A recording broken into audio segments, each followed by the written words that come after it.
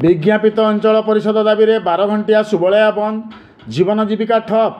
सूचना अनुसार पूर्व सरकार सुवर्णपुर जिला सुबलया सहर को विज्ञापित अंचल परिषद मान्यता प्रदान करते। इतिमध्य साधारण निर्वाचन आसीथिला एवं सरकार बदली राज्य में बीजेडी बदल में बीजेपी सरकार गठन होता। फल पूर्व सरकार घोषणा अनुसार राज्य में विज्ञापित अंचल परिषद घोषणा है नहीं।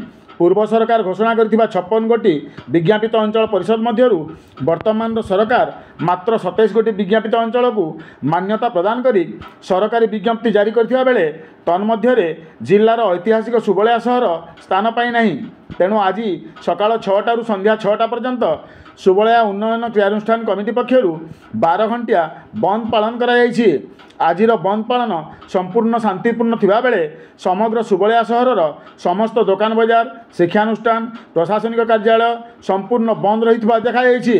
तेबे अत्यावश्यक सेवा को एही बंद पालनरू बाद दिया जायछि।